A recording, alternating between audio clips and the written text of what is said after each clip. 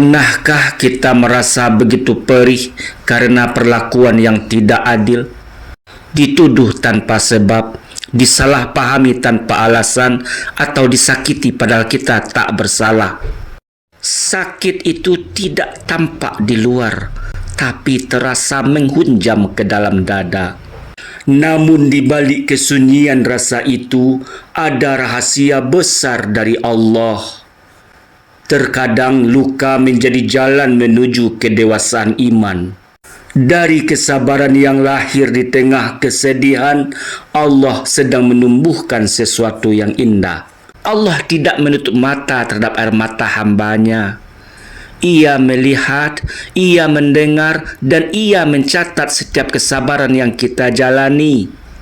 Setiap detik kita menahan amarah, Allah siapkan balasan yang jauh lebih tinggi dari dugaan kita. Zalim bukan hanya mengambil hak orang lain. Zalim juga ketika seseorang merendahkan saudaranya, menghapus kehormatan orang lain, atau menebar kata yang melukai. Namun tidak ada satupun perbuatan zalim yang luput dari pengawasan Allah.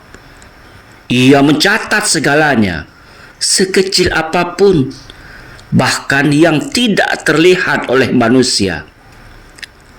Allah Subhanahu wa ta'ala berfirman, A'udzu billahi minasyaitonir rajim. Bismillahirrahmanirrahim. Wala tahsabannallaha ghafilan amma ya'maludz zalimun. Dan janganlah kamu mengira bahwa Allah lalai dari apa yang diperbuat oleh orang-orang zalim.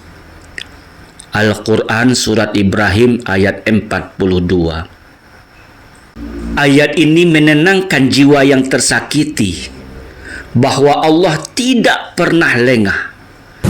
Ia memberi waktu bagi orang zalim bukan karena membiarkan, tapi agar mereka punya kesempatan untuk bertaubat. Jika hari ini kita dizalimi dan belum melihat keadilan, bukan berarti Allah diam. Ia hanya menunda karena waktu Allah jauh lebih bijaksana dari waktu kita. Kadang Allah ingin kita belajar mempercayainya sepenuhnya meski dunia terasa tidak adil. Karena siapa yang sabar dalam kegelapan akan melihat cahaya yang lebih terang di ujung jalan. Sabar bukan tanda kelemahan, tetapi bukti kekuatan hati. Sabar adalah kemampuan menahan diri ketika kita mampu membalas, namun memilih untuk tidak melukai. Rasulullah Shallallahu Alaihi Wasallam bersabda, bukanlah orang kuat itu yang pandai bergulat, tetapi orang kuat ialah yang mampu menahan amarahnya. Hadis riwayat Bukhari nomor 6114. Sabar bukan sikap diam tanpa arah. Ia adalah kesadaran bahwa setiap tindakan harus dikembalikan pada Allah. Bahwa membalas bukan solusi, tapi menyerahkan urusan kepada Allah adalah jalan yang mulia. Ketika kita dizalimi, sebenarnya Allah sedang menguji keyakinan kita. Apakah kita percaya pada janjinya atau masih bergantung pada keadaan manusia yang terbatas? Sabar itu seperti menanam benih di tanah gersang. Kita tidak tahu kapan tumbuhnya, tapi yakin bahwa setiap tetes air mata adalah siraman kasih dari Allah. Suatu saat, pohon itu akan berbuah. Dan buahnya adalah ketenangan, kemuliaan, dan pahala yang tak terhingga. Allah tidak membiarkan kita dizalimi tanpa maksud. Kadang Ia ingin menunjukkan siapa yang benar-benar setia kepadanya. Ia ingin hati kita kembali bersandar hanya kepadanya, bukan pada manusia. Saat disakiti, jangan buru-buru berdoa agar Allah menghancurkan pelaku. Berdoalah agar hati kita kuat, agar kita mampu melewati ujian dengan cara yang diridhoinya. Allah berfirman, "Dan bersabarlah, sesungguhnya Allah tidak menyia-nyiakan pahala orang yang berbuat baik." Al-Quran Surat Hud ayat 115. Luka karena manusia sebenarnya sedang menuntun kita untuk semakin mengenal Allah. Sebab hanya dengan kembali kepadanya, hati bisa tenang.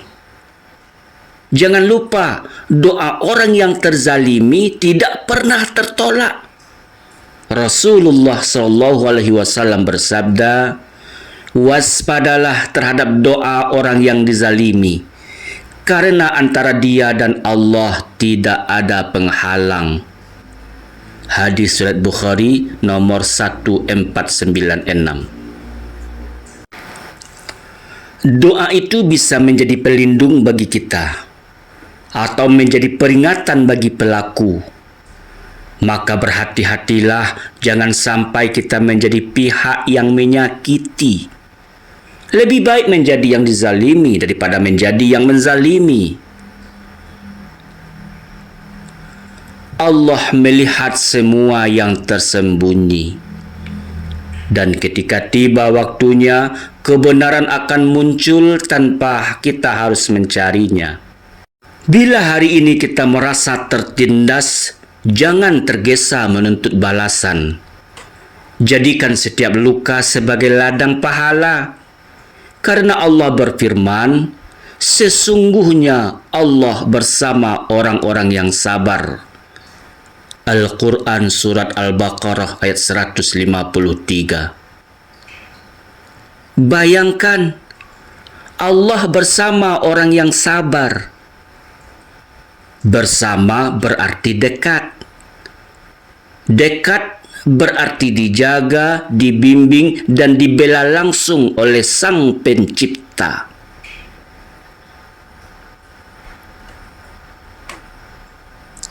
Sabar tidak membuat kita kalah. Ia justru mengangkat kita ke tempat yang lebih tinggi. Sabar membuat hati tetap tenang di tengah badai dan membuat hidup tetap berarti walau dunia mengecewakan. Lihatlah kisah Nabi Yusuf alaihissalam. Beliau difitnah, dikurung, dan dibuang. Namun akhirnya Allah memuliakannya menjadi pemimpin Mesir. Orang yang menzaliminya justru tunduk di hadapannya dengan penuh hormat.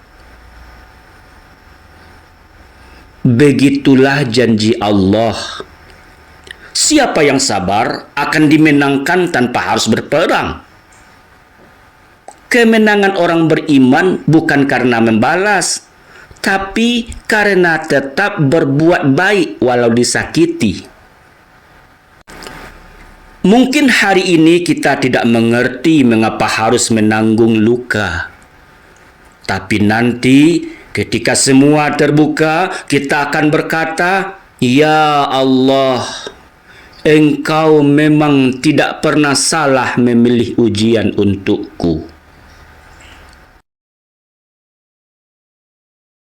Teruslah berbuat baik meski dibalas dengan kejahatan.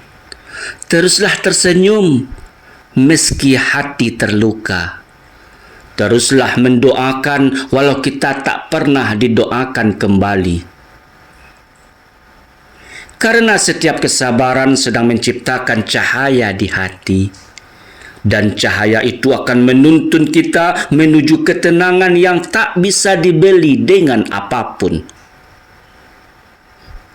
Jangan biarkan dendam bertahta di dada.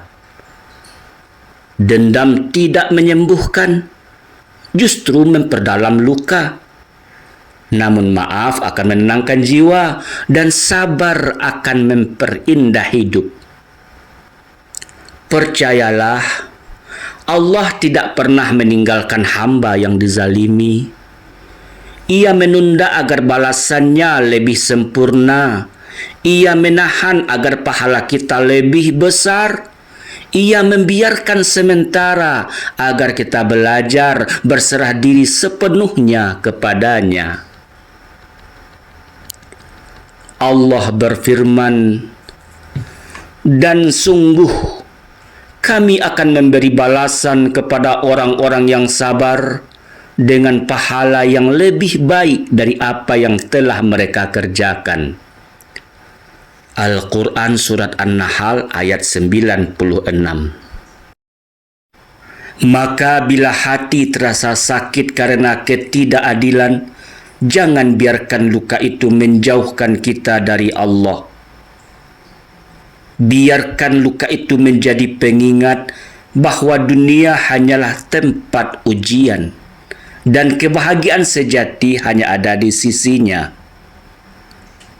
Sampai tiba hari di mana semua rahasia terbuka, semua air mata dibalas dengan kebahagiaan, dan semua sabar berubah menjadi kemuliaan.